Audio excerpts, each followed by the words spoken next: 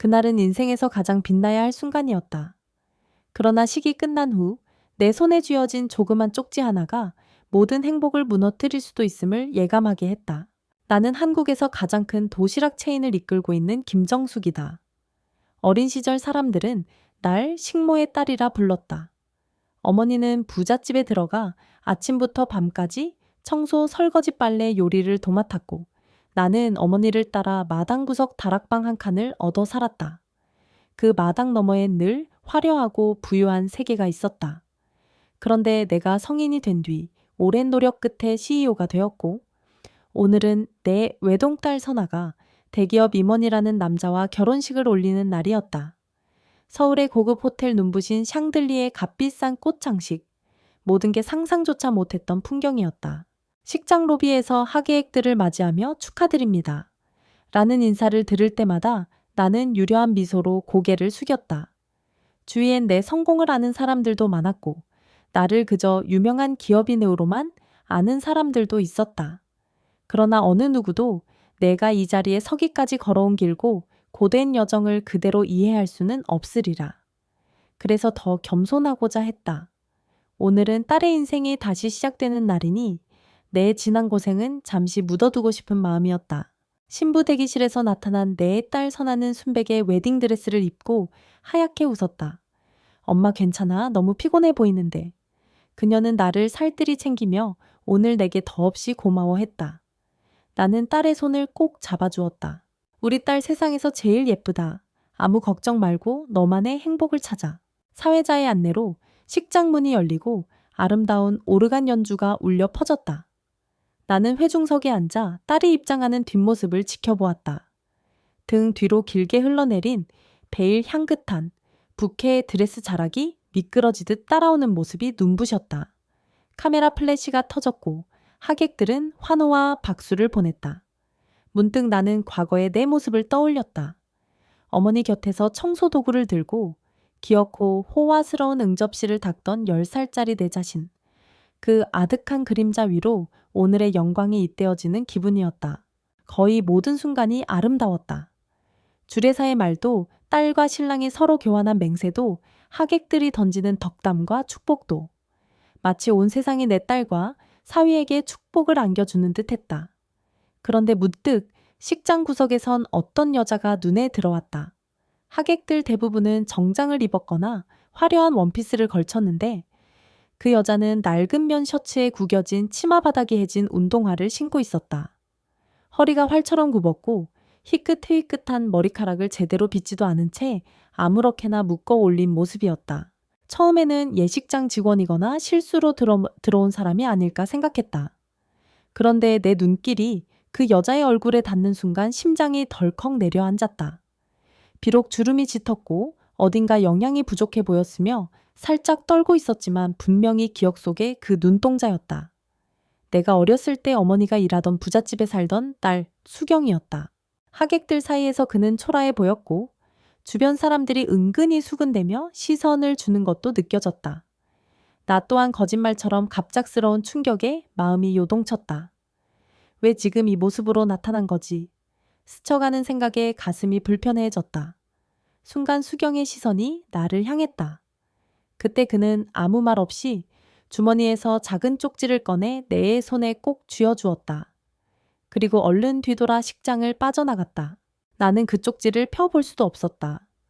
사회자가 신부 어머니 앞으로 나오셔서 사진 찍겠습니다 라고 재촉했고 모두가 주목하는 상황이었으므로 내색도 못하고 황급히 쪽지를 핸드백에 넣었다. 머릿속엔 계속 왜 수경이 갑자기 왔을까라는 물음이 맴돌았다. 그러나 결혼식은 순조롭게 끝났고 신랑 신부는 리무진을 타고 공항으로 향했다. 하객들도 하나둘 떠났다. 마지막으로 패백실에 들렀다가 텅 빈 예식장에 남은 나는 마침내 숨을 고르고 쪽지를 꺼내 읽었다. 연필로 눌러쓴 삐뚤빼뚤한 글씨. 그 남자 내 딸을 속이는 놈이다. 막지 않으면 또 다른 피해자가 생길 거다. 밑에는 전화번호가 적혀 있었다. 내 딸 선아가 사기꾼에게 속았다는 뜻이었다. 심장이 미치는 듯이 뛰어들었다. 설마 내 딸이 이미 결혼식까지 다 치렀는데 이게 무슨 말인가? 갖은 의문이 떠오르지만 일단 시간이 없다는 조급함이 엄습했다. 마침 핸드폰 알림이 울렸다. 엄마, 우리 지금 공항으로 가고 있어요. 잘 다녀올게요. 정말 고마워요. 딸의 음성이 들리는 듯 했다. 다음날 아침이면 딸은 신혼여행지에 도착할 것이다. 생각이 복잡해졌다. 정말 수경이가 옛날 앙심을 품고 거짓을 말한 걸까? 아니면 진짜 어떤 음모가 숨어 있는 걸까? 곧장 핸드백에 쪽지를 넣고 호텔 로비 소파에 털썩 주저앉았다. 어지러운 샹들리에 불빛이 빙글빙글 돌았다. 주위엔 아무도 없었다.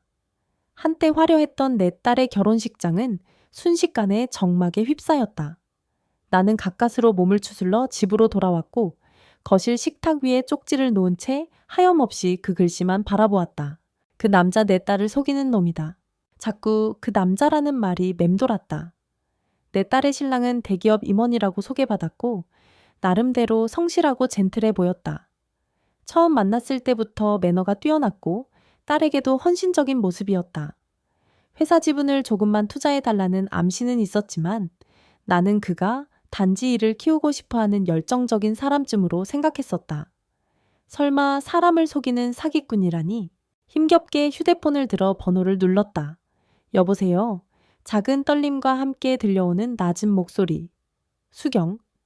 맞지 나야. 정수기. 몇 초간의 침묵이 흘렀다. 그리고 이어진 작고 갈라진 숨소리. 알아볼 줄 알았어. 너를 잊은 적 없어. 그 목소리엔 깊은 세월의 흔적이 묻어 있었다. 나는 눈을 꼭 감았다. 결혼식장에 온 이유가 뭐야? 무슨 말을 하려던 거야? 한동안 말이 없다가 수경은 어렵게 입을 열었다. 내가 직접 말하기 힘들어. 내일 오후에 내 주소로 와줘. 구로동 달동네에 있어. 부탁이야. 그는 주소를 불러주었다. 가슴이 덜컥 내려앉았다. 예전엔 저 큰 대저택의 귀한 딸이었는데 어떻게 된 거지? 묻고 싶었지만 서둘러 통화를 끊는 수경에게 더는 물을 틈이 없었다. 그날 밤 나는 잠 한숨 못 자고 과거를 되짚었다. 학교에서 들었던 야 너희 엄마는 우리 집 식모잖아 라는 모멸. 부잣집 딸 수경이와 그 어머니 앞에서 어쩔 수 없이 바닥을 닦고 설거지를 도왔던 내 유년 시절. 그러다가 어느 날 식모 딸이 여기에 계속 있으면 좋지 않다며 쫓겨났던 수모. 어머니와 나는 낡은 고무신 한 켤레와 다른 도시락통만 들고 쓸쓸히 대문을 나섰다. 그렇게 나는 그 집을 떠난 이후로 오직 어머니와 내 생계를 위해 일했다. 공장에서 일했고 거리에서 전단지도 돌렸다. 결혼 후에는 남편이 작은 전자제품 가게를 열었으나 갑작스럽게 병마가 찾아와 남편을 빼앗아 갔다. 나에게 남은 건 어린 딸과 빚뿐이었다. 할 수 있는 일이 없어 며칠을 울었지만 곧장 김밥 장사라도 해야겠다고 마음먹었다. 빌린 돈 사채까지 써가며 작은 점포를 얻고 새벽부터 김밥을 말았다. 실패하면 끝장이라는 절박함으로 하루하루를 견뎠다.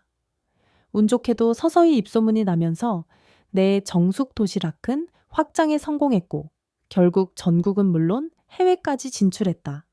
그렇게 어머니와 내 딸을 제대로 지키고자 달려온 세월이었다. 하지만 이제 내 유일한 딸이 위험에 처했을지도 모른다. 그것도 결혼식을 막 끝낸 시점에서 새벽녘 창문 밖 도심의 불빛이 날카롭게 깜빡였다. 나는 쪽지를 쥔 채 앉아 만약 이 경고가 사실이라면 딸을 지키기 위해 무슨 일이든 해야 한다 라고 다짐했다. 다음 날 오후 주소를 따라 찾아간 구로동 골목은 낡은 재개발 지역이었다. 깨진 콘크리트 바닥 녹슨 철문 전선이 얽혀있는 하늘. 무거운 공기를 뚫고 좁은 계단을 올라가니 2층 끝방에 이수경이라는 송글씨가 붙어 있었다. 노크를 했지만 한참 후에야 문이 삐걱 열렸다. 그 안에는 내 기억 속에 화사한 소녀가 아닌 수척하고 지친 여인이 털썩 주저앉아 있었다. 나는 방 안으로 방 안으로 들어섰다. 방은 비좁았고 벽지 여기저기가 물에 젖어 색이 발해 있었다. 구석엔 낡은 장롱 낡은 이불 몇 장이 쌓여 있었고 플라스틱 바구니에 고추 양파 같은 채소가 조금 들어 있었다. 수경은 쓰디쓴 미소를 지었다. 잘 지냈니 정수가? 예식장에서 본 내 모습이 너무 멀어 보이더라. 나는 어렵게 대답했다. 네가 왜 우리 딸 결혼식에 온 거야? 그리고 그 쪽지는 또 뭔데?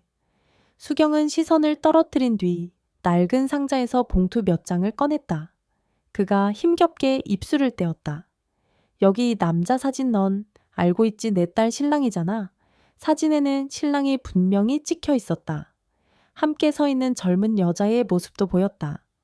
웨딩드레스 차림이었지만 내 딸이 아닌 낯선 사람이었다. 이 여자? 내 딸 은주야. 수경은 목이 메었는지 잠시 말을 잇지 못했다. 3년 전 은주가 그를 만났어. 처음엔 엄청난 사랑꾼인 줄 알았다. 결혼 준비도 순조로웠고. 그런데 예식 2달 전 그가 은주 통장에 있던 전 재산을 빼돌리고 사라졌어. 결국 내 은주는 견디지 못하고 목숨을 끊었다. 나는 말도 못하고 그대로 굳었다. 사기 결혼. TV에서만 보던 일이 수경의 딸에게 벌어졌던 거다. 그런데 내가 그 사람을 최근에 다시 봤어. 지하철역에서 만났어. 가만히 뒤를 밟아보니 그가 네 딸을 만나는 걸 봤어. 수경은 사진을 더 꺼냈다. 내 딸 선아와 함께 찍힌 약혼식 사진이었다. 이 남자가 같은 수법으로 여자들을 속이고 돈을 빼앗아온 전과가 있어. 내 딸처럼 피해를 보지 않게 막아야 해. 그래서 내 결혼식장에 간 거야. 정말 여기서 소리라도 지르고 싶었는데 막상 너를 보니 숨이 턱 막히더라. 수경의 두 눈은 분노와 슬픔으로 젖어 있었다. 한때 화려한 한옥마루에서 인형을 안고 노래하던 부잣집 딸이 이렇게나 망가져 있었다. 알고 보니 수경에 대해 가문도 IMF 때 부도를 맞았고 수경 남편 사업까지 연달아 실패하여 모든 재산을 잃었다고 했다. 딸까지 그렇게 떠나보내고 난 뒤 수경은 파출부위를 전전하며 그 사기꾼을 찾아 헤매던 중이었다. 나는 무거운 마음으로 그가 건네준 자료들을 확인했다. 경찰 신고 내용, 피해 여성들이 적어놓은 진술서 은행 내역 전과 기록까지. 손이 떨렸다. 만약 이게 사실이라면 내 딸 선아는 지금 같은 함정에 빠져 있는 것이다. 그러고 보니 신랑이 결혼 후에 슬쩍 회사 지분 일부만 맡겨달라고 반복하던 말이 떠올랐다. 심장이 쿵쿵 뛰었다. 수경아 정말 고마워. 네가 용기를 내서 알려주지 않았다면 내 딸도. 수경은 고개를 숙였다. 미안해. 예전에 네가 우리 집에서 서론 받을 때 그때 내가 얼마나 거만했는지. 그런데 인생이 이렇게 돌고 돌아 내 딸을 내가 구해주려고 하는 신세가 되다니. 정말 아이러니지. 나는 수경의 손을 잡았다. 작고 거친 손이었다. 네가 일부러 찾아와줘서 고마워. 그리고 예실은 잊자. 그렇게 말하면서도 기억 속의 상처가 아릿하게 떠올랐다.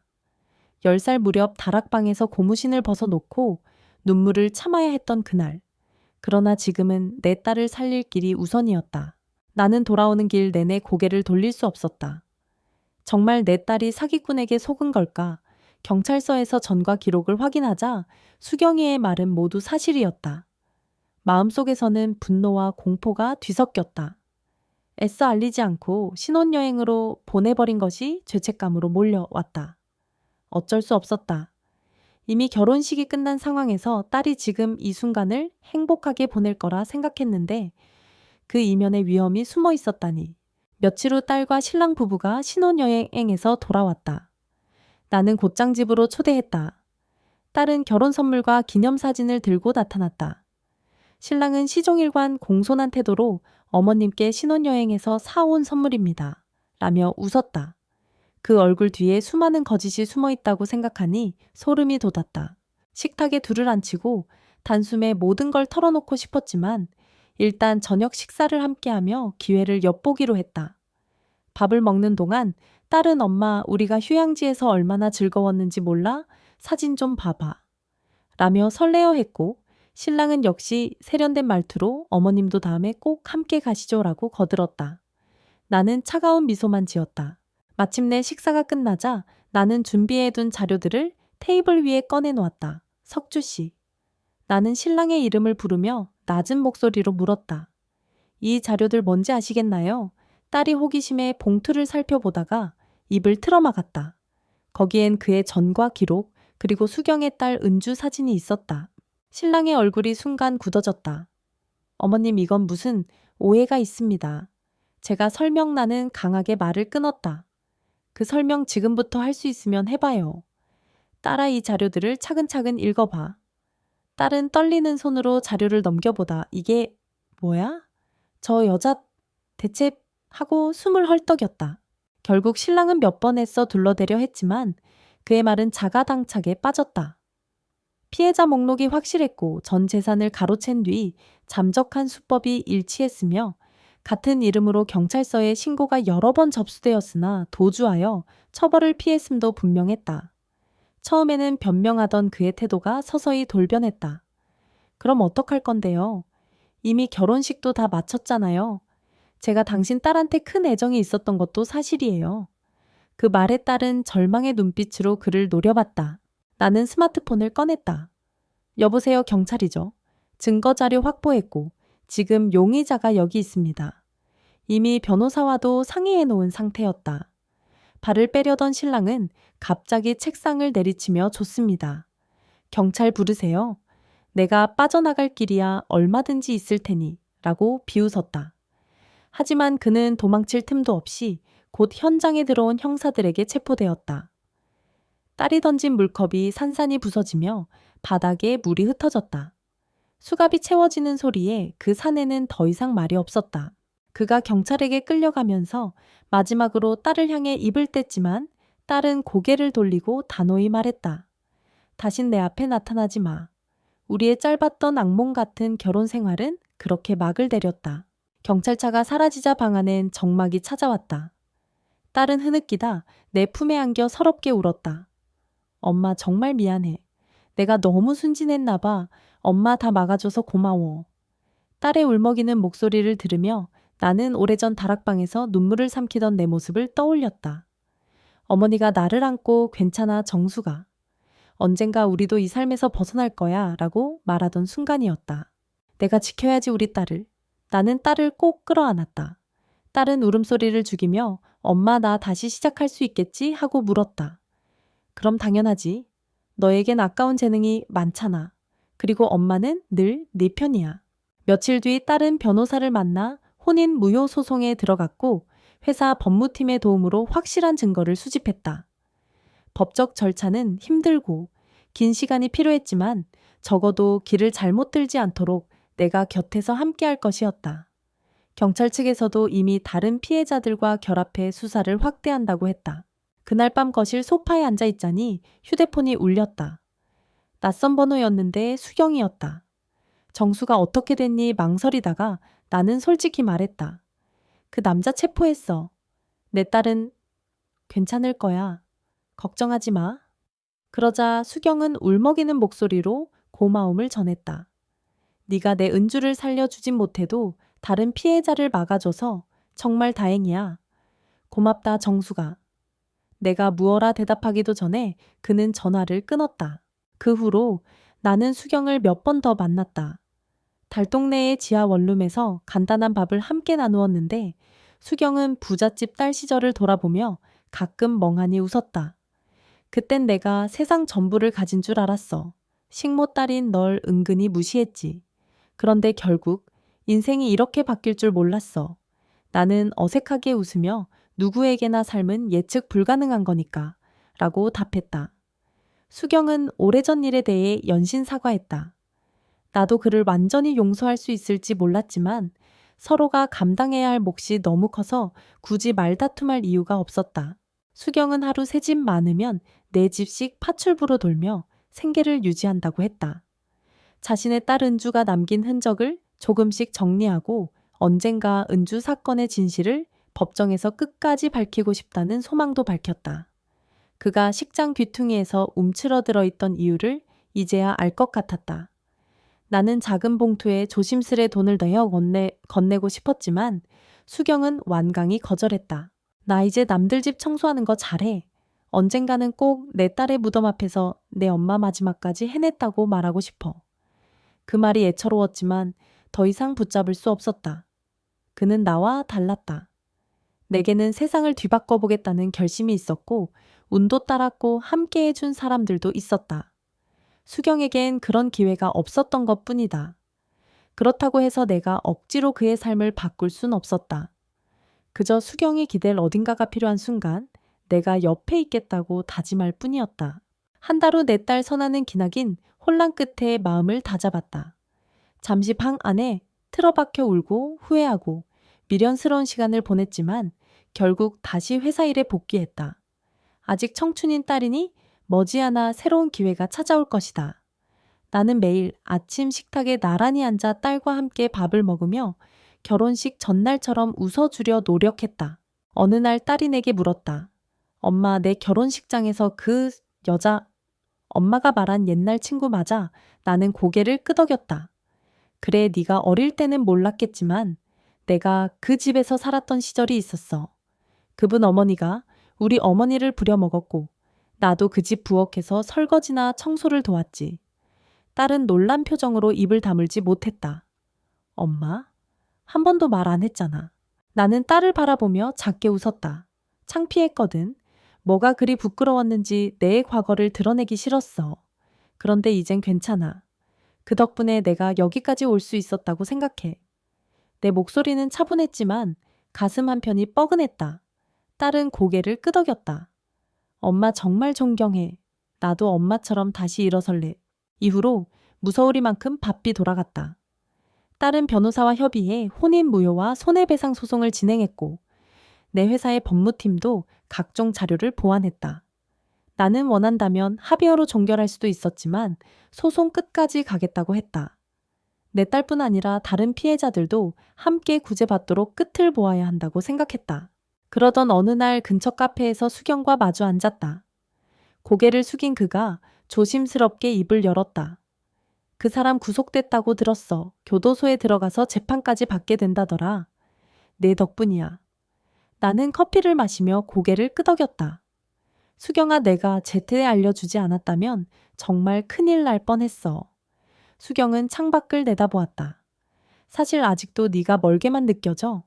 신문에서 내 이름을 볼 때마다 아, 세상에 이렇게 성공한 식모딸이 있구나 생각했어. 근데 내가 그 식모딸을 이렇게까지 의지하게 될 줄이야. 나는 그저 인생이 그렇지 뭐 라고 대답했다. 둘 사이엔 많은 말이 오가지 않았지만 이상하게도 편안한 침묵이 흘렀다. 시간은 계속 흘러가고 딸은 서서히 정상생활로 돌아왔다. 소송이 마무리되려면 시간이 꽤 걸렸고 법원에서는 그 신랑에게 중형이 선고될 가능성이 크다고 전화해왔다.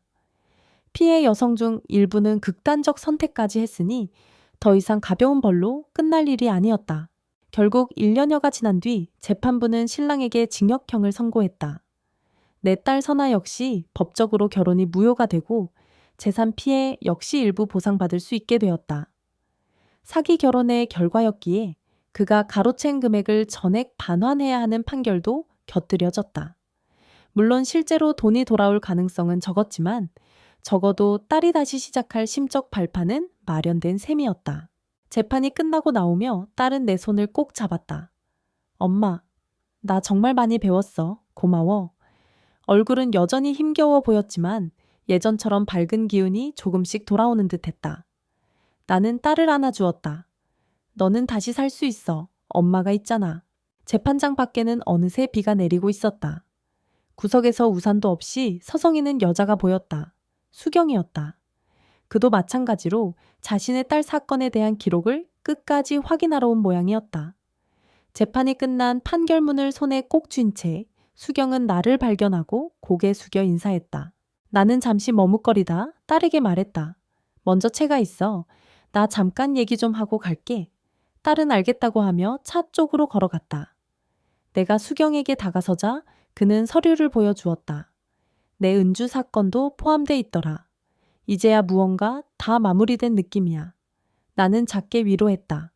그애 하늘에서도 기뻐할 거야. 네가 포기 안 하고 끝까지 붙들어서. 수경은 눈물을 삼키며 고개를 끄덕였다. 정수가 이제 정말 고마워할 일밖에 안 남았어. 그리고 그는 우산도 없이 비를 맞으며 한참 서 있었다. 나는 살짝 손목을 붙잡고 말없이 내 우산을 씌워주었다. 며칠 뒤 딸은 간단한 이삿짐을 싸서 내 집에서 잠시 지내기로 했다. 갑작스러운 충격과 공허함을 이겨내려면 가족 곁이 낫겠다고 판단한 것이다. 집안 분위기도 전보다 차분해졌고 딸은 휴식을 취하며 미래의 계획을 다시 세워갔다. 나는 그 곁을 지키며 매일 아침 식탁에서 오늘은 뭐 먹고 싶어 하고 물었다. 딸이 엄마가 김밥 말아주면 좋을 것 같아 라고 하면 어떤 일이 있어도 새벽에 일어나 김밥 재료를 준비했다. 그것이 내가 할 수 있는 가장 크고도 작은 사랑이었다. 어느 주말 아침 딸은 나에게 다가와 조심스럽게 물었다. 엄마, 이젠 엄마 이야기를 더 듣고 싶어. 어린 시절 그 집에서 어땠는지, 어떻게 이렇게 성공했는지. 나는 잠시 눈을 감았다. 생각해보니 딸에게는 아직 내 과거를 완전히 털어놓은 적이 없었다. 참 길고 지루한 얘기야. 듣고 싶으면 차근차근 이야기해줄게. 딸은 고개를 끄덕였다. 그래서 우리는 함께 낡은 사진첩을 뒤적였다. 맨 위엔 내가 처음 김밥집을 열었던 때 찍은 허름한 간판 사진, 그 아래로 먼지 묻은 잡지 기사, 어린 딸과 함께 시장에서 웃고 있는 장면이 있었다. 나는 그 사이사이에 깃든 눈물과 고통, 그리고 가슴 벅찬 작은 기쁨들을 천천히 털어놓았다. 딸은 엄마가 이렇게까지 대단한 사람인 줄 알고 있었지만 막상 이렇게 들으니 뭉클하다. 내가 너무 안일했구나라며 고개를 숙였다. 나는 딸의 손을 잡고 부드럽게 말했다. 누구나 실수할 수 있어. 중요한 건 그 다음에 어떻게 일어서느냐다. 너도 이겨낼 거야. 그렇게 시간이 지나면서 딸은 예전의 상처를 서서히 봉합했다. 회사 일에도 복귀하여 새로운 프로젝트를 맡고 차츰 마음의 여유를 되찾았다. 한편 나는 수경과도 가끔 연락하며 지냈다. 수경은 여전히 파출부위를 놓지 않았고 자기 힘으로 조금씩 더 나은 방을 구하기 위해 저축을 하고 있었다. 딸 은주의 무덤가에 주기적으로 가서 인사를 드린다고도 했다. 어느 날 수경이 내 사무실이 있는 빌딩 근처에 일을 하러 왔다가 잠깐 얼굴을 보러 회사 로비에 들렀다. 번쩍이는 대리석 바닥과 장식장 바쁘게 돌아가는 정숙 도시락 본사 풍경을 본 그는 연신 놀라워했다. 여기가 네가 만들어낸 세계구나. 나는 씁쓸하게 웃으며 대답했다. 한 땀 한 땀 내 손으로 일군 거지. 하지만 세상은 늘 변하잖아. 언제든 잃을 수도 있어. 그래서 겸손하려고 해. 수경은 한동안 아무 말 없이 로비를 둘러봤다. 그러다 나를 바라보며 아주 작은 목소리로 말했다. 정수가 정말 미안하고 고맙다. 나도 모르게 울컥했다. 우리 다 그 시절에 상처가 많았잖아. 나도 이제는 놓을 때가 됐지. 그리고 이렇게라도 다시 만나서 서로에게 힘이 돼줄 수 있으니 그거면 된 거야. 그날 수경은 일이 있다고 서둘러 나갔다. 창문 너머로 그는 다시 지하철역 쪽으로 바삐 걸어갔다. 교복처럼 입고 있는 그 낡은 옷차림이 어쩐지 짠했지만 그래도 그의 뒷모습이 전보다는 훨씬 똑바르다는 인상을 받았다. 사람은 누구나 각자의 방식으로 살아간다. 그게 인생이겠지. 나는 깊은 한숨을 내쉬며 회사 업무로 돌아갔다. 여러 달이 흐른 어느 주말 나는 딸과 함께 소박한 식사를 하다가 문득 결혼식장에서의 마지막 장면이 떠올랐다. 넓던 예식장 한가운데에서 수경이 내 손에 쪽지를 건네주던 모습, 그 초라하고 떨리던 손. 만약 그날 수경이 나타나지 않았다면 지금 내 딸은 어떻게 됐을지 상상하기조차 싫었다. 딸이 말없이 내 얼굴을 쳐다봤다. 엄마 또 생각해. 나는 웃었다. 그냥 이제 좀 마음 편하다. 딸은 고개를 끄덕였다. 나도 많이 괜찮아. 다음번에는 진짜 좋은 인연 만나면 엄마한테 가장 먼저 보여줄 거야. 나는 딸의 손을 맞잡았다. 그래, 그럼 됐다. 엄마는 늘 내 곁에 있을 거니까 걱정 말고. 창밖으로는 어느새 저녁 노을이 번지고 있었다. 딸이 식탁 위에 옛 앨범을 다시 펼쳐놓았다. 이건 엄마가 시장에서 김밥 팔 때 사진이네. 와, 저 때 내가 초등학생이었지.